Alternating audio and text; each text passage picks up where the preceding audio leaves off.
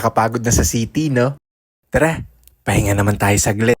Punta tayo sa isang lugar kung saan makakapag-relax tayo at kahit papaano ma-reset yung mga problema na iniisip natin. Kaya ngayon, iwan na muna natin ang city. Ang ingay, stress, at ang pagod. Dito nga kami pumunta sa Batlag Falls. Katabi lang ito ng Daranac Falls. Ngayon, sasabihin ko na sa inyo na baka meron nagbabalak dyan ng mag-Daranac Falls. Under maintenance po ang Daranac Falls. Inaayos po kasi dito yung mga daanan ng tao. Marami na po kasi talaga ditong nadudulas at naaksidente. Kaya inaayos na po nila dito yung mga daanan ng tao. Kung napanood nyo yung vlog ko na nadulas ako dito, namuntik na talagang tumama yung ulo ko sa bato. Kaya buti na lang ay safe ako dito. Kaya kung hindi nyo pa napapanood yung vlog ko dito, ilalagay ko na lang sa comment section yung link para mapanood nyo kung ano yung mga nangyari. Alam kong isa ka rin sa napapagod na sa syudad. Sa syudad kasi lagi kang may hinahabol na oras. Trabaho, pangarap. Kahit pagod ka na, kailangan mo pa rin bumangon. Kahit ubus ka na, kailangan mo pa rin umiti. Kasi wala naman tayong choice. Dito ka kumakayod pero minsan parang hindi ka umuusad. Araw-araw mong binibigay ang lahat pero ikaw hindi mo namamalayan.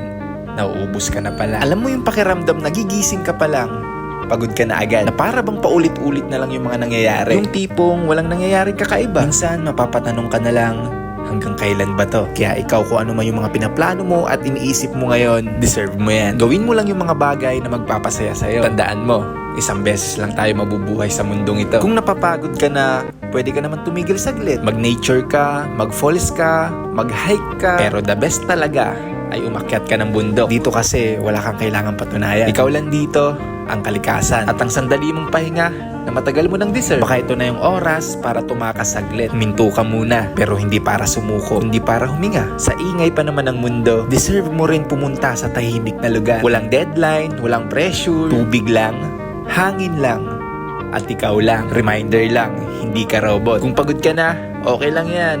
Okay lang tumigil. Mag-falls ka, magbundok ka. Kasi minsan hindi mo kailangan ng sagot eh. Kailangan mo lang ng pahinga. Kasi kung hindi ka titigil saglit, baka tuluyan ka na mawala ng lakas. At pag nawala na yung mga yan, titigil din ang pangarap. Kaya tara, tampisaw tayo dito sa Batlag Falls. Kasi mamaya, balik ulit tayo sa realidad. Pero sa ngayon, hayaan mo munang paghilumin ka ng kalikasan. Pakinggan ang tunog ng mga ibon, tunog ng tubig, at sariwang hangin. Pag nagawi kayo dito sa Batlag Falls, ay puntahan nyo na. I-search nyo lang mismo sa Google Maps, Daranac Falls, para hindi kayo maligaw. Kasi dito lang mismo yung daan at dito rin kayo magbabayad. Tulad nga ng Daranac Falls. May mga cottage din sila dito at napakadami po niyan. Kasama na rin dito yung binayaran namin sa cottage. Yung binayaran ng ata namin dito ay 100 or 200. Dalawa na kami. May CR na rin pala sila dito para sa babae at lalaki. Pwede rin pala kayo dito mag-camping. Magdala lang kayo ng tent nyo. Kaya kung gusto nyo ma-experience yung na-experience namin dito, puntahan nyo na. At kulayan nyo na yung mga plano nyong laging nadadraw. Yun lang adventures. Maraming salamat sa panonood.